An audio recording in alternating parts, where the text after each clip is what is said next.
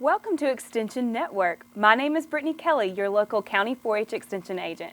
And here with me today I have Amy Whitney, our Horticulture Program Assistant. And today we're going to talk to you a little bit about our annual 4-H plant sale, which is one of our biggest fundraisers of the year that helps benefit local 4-H youth. So what kind of plants will we have this year? We're going to talk a little bit about that today. But first, we like to tell all of our 4-H supporters and our County Extension supporters, why do we have the plant sale? Who does it benefit? Where does the money go?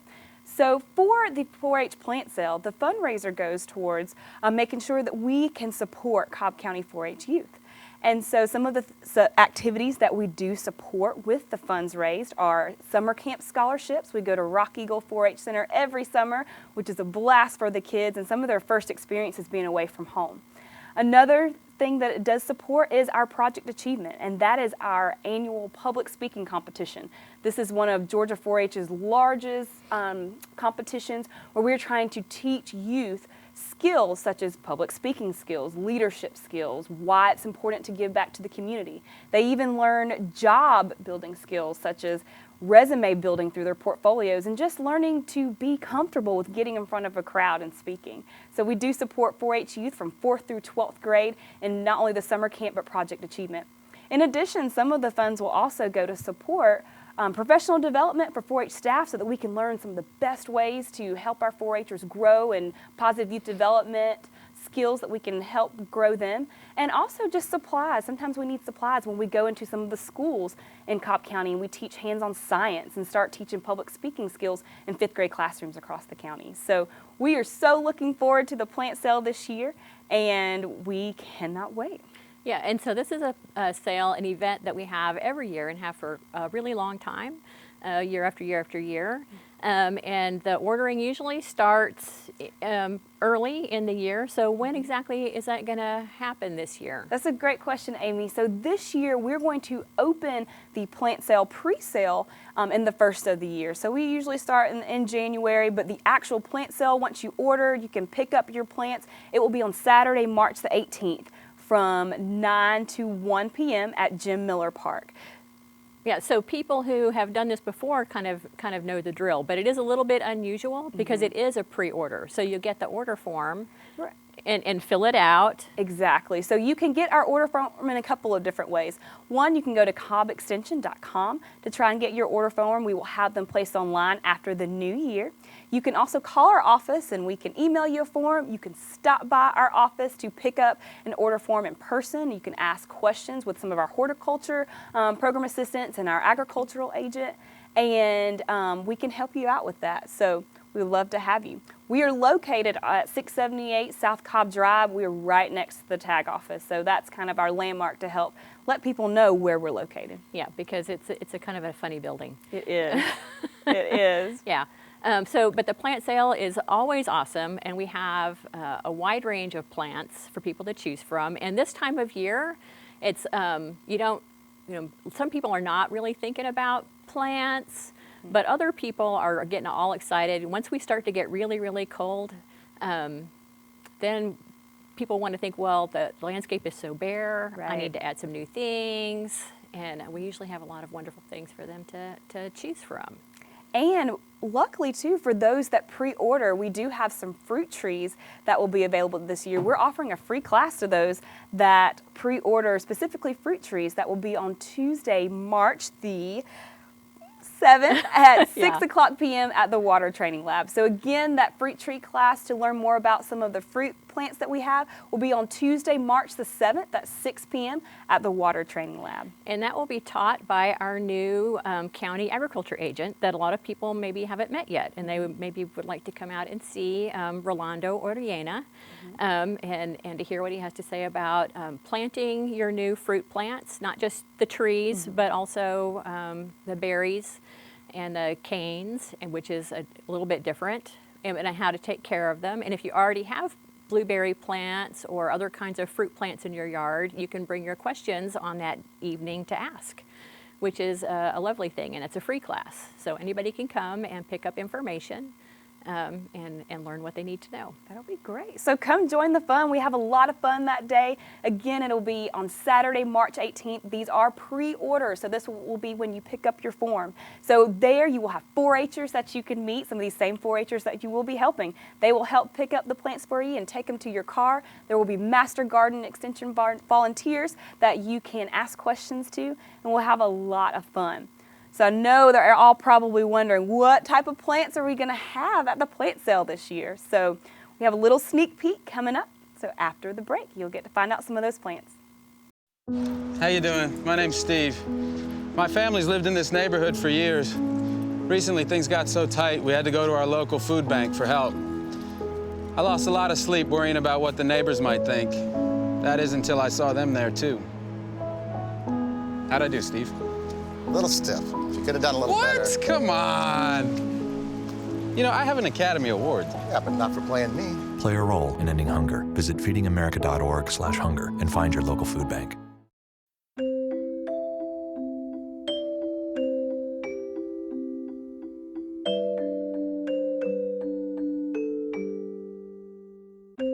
Lead paint poisoning affects 1 million children today. If you're pregnant or have young children and your home was built before 1978, you could be at risk. Learn how to protect your family.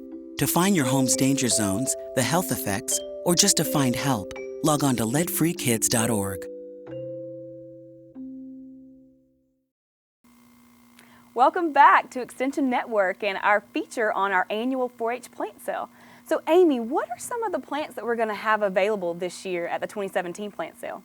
Well, there's going to be some well-known favorites that have been on the list before, but there's also some new things. And our county agent asked me to highlight a few plants in particular, so I'm going to go through those first. But what we have on the list is for people who want plants for the sun, people who want plants for the shade, people who want, beautiful foliage plants, people who want beautiful flowers, and people who want fruit. So there's a little bit of everything. And it's a really nice mix this year. So one of the things he wanted me to talk about especially was the ferns. There are 3 different ferns, and most people know that ferns need shade. And since a lot of us live in houses that are surrounded by 100-foot tall trees, we're very familiar with shade and how hard it is to find something to grow there. That would be me at my house for sure. Yeah, 100-foot tall trees, they're everywhere. And so ferns are a lovely ground cover or accent for that shade. And so one of the plants that's being offered is an autumn fern. And so one of the great things about that is when the new fronds, the leaves unroll out of the plant, they are kind of a corally pink, which is really an unusual color. So that's really pretty. It's almost like having flowers, even though ferns don't actually flower. They turn more green in the summer, but then when the fall comes, they turn kind of a rusty color, and they stay through the winter, so they're not going to disappear. Whereas some plants, some ferns, the plants kind of completely disappear above ground, but this one will keep fronds on all through the winter for that color, which is really nice. Another fern that's on offer this year is the tassel fern, which is another one that keeps its fronds all through the winter, and it's a dark, shiny green. And the shine is kind of unusual for ferns, and so it's really pretty. And another fern is the Japanese painted fern, which is silvery. So we have a nice mix. So good contrast of colors. Good contrast, yes, good contrast of colors. So if you have different clusters of those out in your yard, you'll have some contrast that will be beautiful. And also for the shade, we have offering the Admiral Sims azalea, which is a little bit unusual. Most people are used to azaleas that keep their leaves all year round. But if you have an Admiral Sims azalea and it loses its leaves in the winter, that's exactly what it's supposed to do. So you don't panic and go. So no need to panic. That's right. You did not kill your azalea. It just lost its leaves because it's supposed to. But it has beautiful, big yellow flowers, and they smell good. Wow. A lot of people are a bit nostalgic for flowers that smell good. Right. It seems like so many of the new flowers don't, but the Admiral Sims azalea has really lovely, fragrant flowers. And so if you've been missing that in your plants, you know, that's a good plant for So this you. azalea would be a good one to have. Yes, that. yeah, You even know though- you didn't, kill it, but it has a beautiful flower as Beautiful, well. big yellow flowers. very And so fragrant. it really kind of shines out there in the woods when it flowers in the spring. And one of the other good things about azaleas in general is they like acidic soils, which is what most of us have in our yards. It's always good though to check to make sure, to do a soil test, to make sure that the pH, which is the measure of acidity, is low enough for these plants. But in general, in the wooded areas of our yards, it's going to be low enough. So that's kind of important to know though, and they do want shade. Now for the sun, we have a lot of things too, and there's more things for the shade.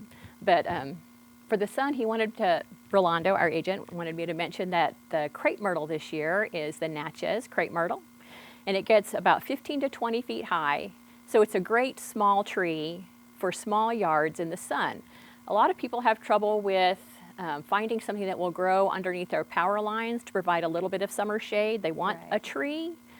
And so actually a crepe myrtle is a perfect choice for those kind of tight spaces where there's not enough room overhead for a full-size tree. And this particular crepe myrtle has white flowers. So it's beautiful, kind of cooling and elegant in the summer, to have that white. So it's a good contrast. It will look good no matter what color your house is. That's perfect. Yeah, you want it to match, No, and you're it's right. not going to get too tall too, which is great for those of a small yard. Yeah, and a lot of people have smaller yards or smaller sunny areas where they still want to have something to grow and be beautiful. Now, crepe myrtles do lose their leaves in the winter, but they have that beautiful bark, so that adds what some people call winter interest, because it's that kind of reddish and pale mosaic and the peeling that happens. But it's really just beautiful. So it's another thing to look for when you have a crepe myrtle in your yard. And for people who like to have fruit, we have blueberries. This year, the blueberries are mid-season and early season cultivars.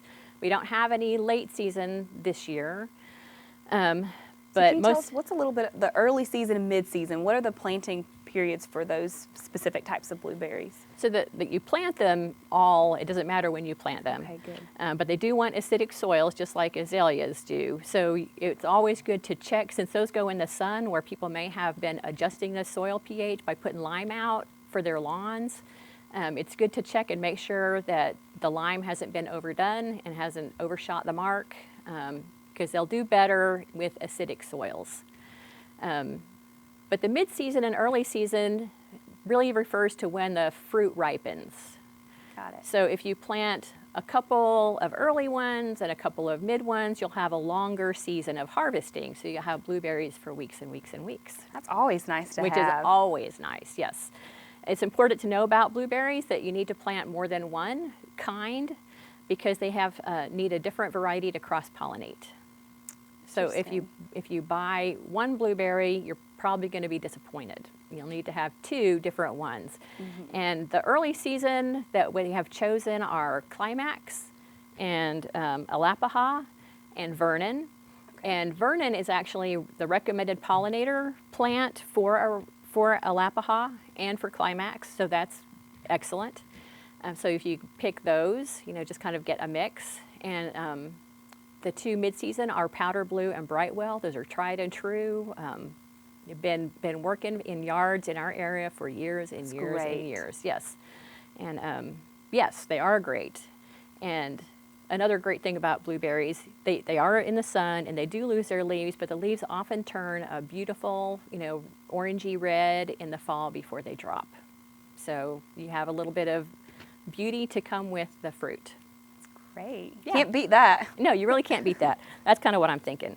And we also have something really new, is a hyssop, an anise hyssop, which is a perennial flowering plant that is wonderful for pollinators. It is such a bee magnet, and which is right now people are very worried about pollinators in all over the United States, all over the world really, and it's not that hard to plant a few things that are beautiful for us, but also will help our insect friends who do good work for us. And the anise hyssop, the one we have is Blue Fortune. It's a mint family plant, but it doesn't spread like mints, which is good to know. It just is clumpy. And it will die down in the winter, but then spring back up from the roots the next spring. And the flowers are spikes of blue. Oh, okay. So beautiful. That's a beautiful contrast in your yard. Yes, a beautiful contrast. And one of the other plants that we have that would look really nice with that is a little yellow daylily called Stella Supreme. And so it's like lemon chiffon colored flowers. And it's a rebloomer, which is a little bit unusual. Most people think of daylilies as you know, they bloom for a few weeks and then they're done. That's it. And then they have kind of ugly, strappy leaves. But these are the little ones that have a nice big bloom early in the summer, but then they keep reblooming all summer long. And those yellow flowers would look so great with the blue of the hyssop. I just can't even imagine planting them separate. Yeah. You'd really want to do that. And so those are the ones that we needed to highlight. Very good. But it's also important to think about all the things you want to make sure that you really are putting the right plant in the right place for the best success. And that's something that we work really hard on teaching people in our horticulture program at the Extension Office. And it's in January, February, and March, the Master Gardener classes are going on, and almost every professor who comes to teach those Master Gardener classes will emphasize the same thing. The plant needs to go in the right place for that plant. Right. So these plants are all good for our area in general, our region of the country, our part of Georgia. But if you get sun plants and put them in the shade, it's going to just be a disaster. I've learned that the hard way for sure. Yeah, they won't work. That's important. That's very important. And if you take shade plants and put them in the sun, they will just wither. Yeah, they'll turn white and then they'll crinkle up and they'll say, I'm done. And also it's important to think about your space. Like I was saying about the crepe myrtle. Sometimes people will have a little yard and choose something that's going to have an eventual height of maybe 100 feet. Right. And a spread that's going to be branches reaching over onto their roofs and into their windows. I mean, taking their shingles off. So you want to make sure that you have chosen something that's appropriate. That's the right fit for your yard. It's a good fit for your yard. And if you have a really wet yard, you want to make sure that you've planted things that can take that moisture. Like ferns love a little bit of moist soil. So if it's an area it's a little bit damp, as long as it's not, standing puddles all the time, the ferns are going to like that dampness. Whereas if you have a kind of dry, hot sun, that blue anise hyssop and the little Stella Supreme daylily can really take some hot, dry soil. And they can handle it. And they can handle it and be beautiful. This is great information to have. So just know that if you want to order plants, but you're not sure exactly what's going to work best for your yard, we have some great horticulture staff at the Cobb County Extension Office that can help you pick out the perfect plants for your plant sale pre-order. So that was just a sneak peek of what we have to offer. We have many more plants and varieties that we have to offer this year at our 2017 4-H annual plant sale. And so we'll be back after this break. Are you getting this, honey? Oh, prime time. We are rolling. All right, Mama's gonna bring it home. Mama's gonna bring it home. Okay. Come on, watch this guy. Oh, backwards! Oh, don't. Oh. It went into Bob and Carol's yard. Oh, no? Okay, here it comes. Oh, Mom! Challenge your kids to be active and eat healthy. All right, let's see what you can do. Let's go. They might surprise you. Search We Can for more ideas on how you and your kids can get healthy together.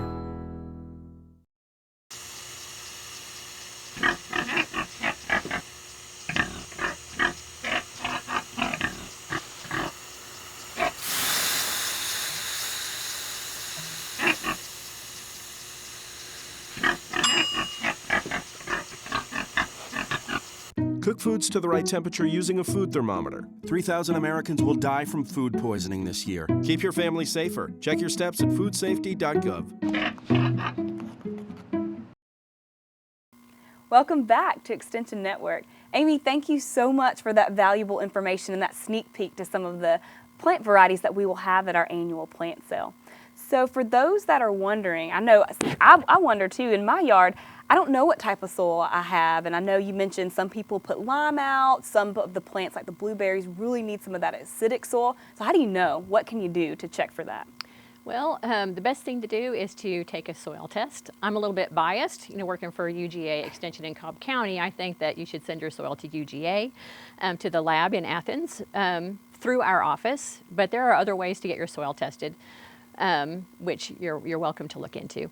But for us, what we recommend, if you're going to send a sample to the lab in Athens, which is a lab that gets soil from all around the state, from extension offices, from farmers, all over Georgia, to be sure and take a representative sample from the area. So if you're going to put your blueberries, in a strip along one side of your yard, for example, you would want to take dig down into the root zone area. So not just a little teaspoon scoop off the top, but to dig down and get 4, 5, 6 inches down, a little dirt, and then walk a few feet, take another little scoop down, and then another little scoop to keep going until you have a good sample. You mix that all together so that you have an average of that space, and then bring us 2 cups of that in like a Ziploc bag or a paper bag or a yogurt tub that you've cleaned out, something.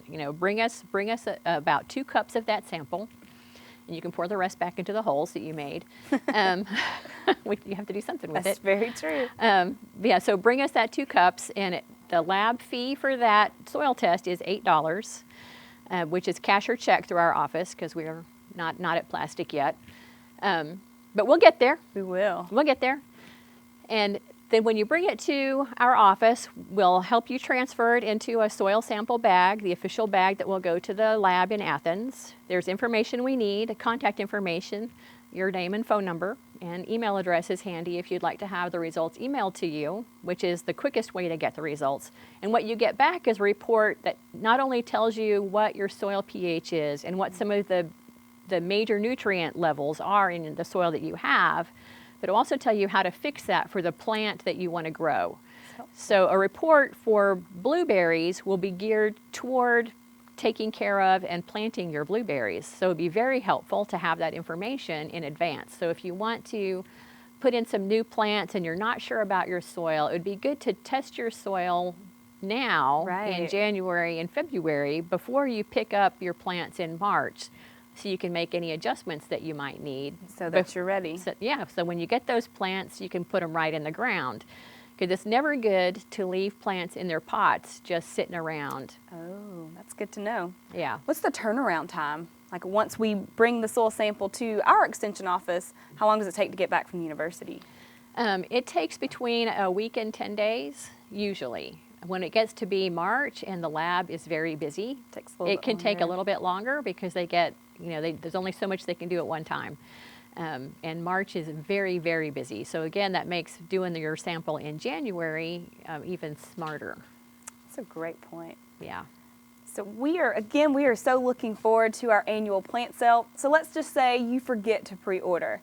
We will have a few extra plants left over. We're going to have an open plant sale for any remaining plants on March the 18th at Jim Miller Park. So it'll be from 1:15 to 3:15. So if you did not pre-order, you can stop by. But we recommend that you pre-order your plants. To make sure. Just to make sure. And then you will be guaranteed to get some of these wonderful varieties that we have to offer this year.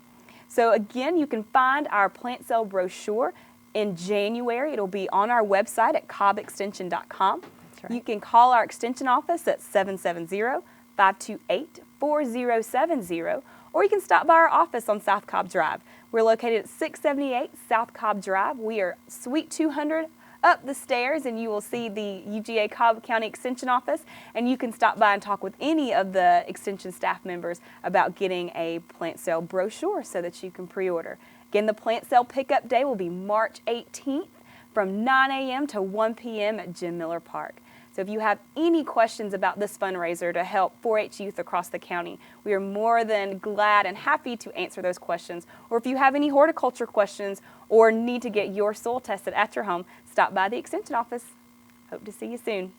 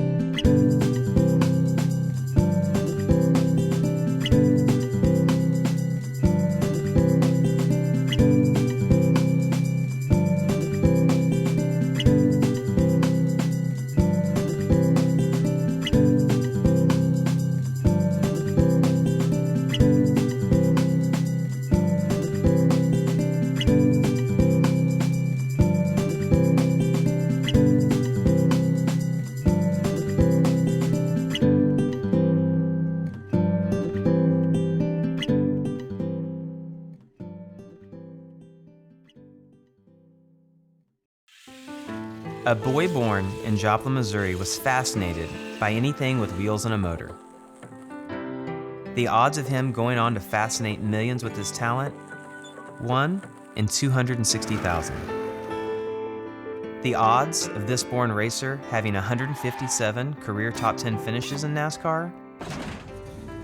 1 in 125 billion.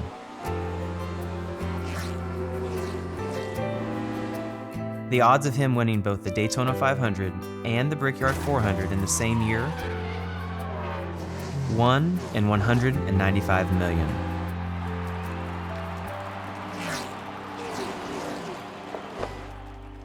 The odds of a child being diagnosed with autism? 1 in 88. I'm NASCAR driver Jamie McMurray, and my niece has autism. Learn more at autismspeaks.org/signs. But it would be safe to keep your distance until the no secret that makes you smile. Reliable sources say that chicken soup has found their way out of this dangerous, but they are returned.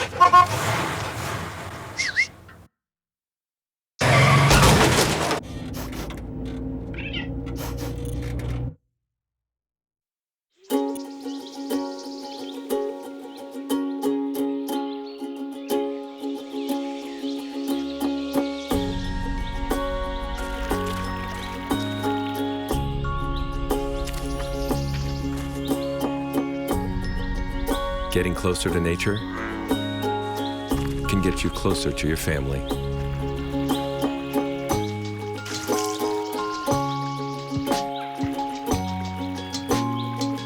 Go to discovertheforest.org. Today is Saturday. Today is Saturday. Salad on Saturday, fruit on Friday, throw a ball Thursday. Water Wednesday, touch your toes Tuesday. Let's move Monday, sparkle snacks Sunday. All the healthy children eat well and move a lot. And move a lot. And move a lot. Eat well and move a lot. 60 minutes of physical activity a day and eating well can help get your child healthy. So keep them active and eating well every day. Skip a rope Saturday, freeze tag Friday, tap dance Thursday. Whole grains Wednesday, try a veggie Tuesday. Let's move Monday, split the sweet Sunday. Eat well and move a lot. Today is Saturday. Today is Saturday. All the healthy children, all the healthy children. Get ideas. Get involved. Get going at letsmove.gov. That's letsmove.gov.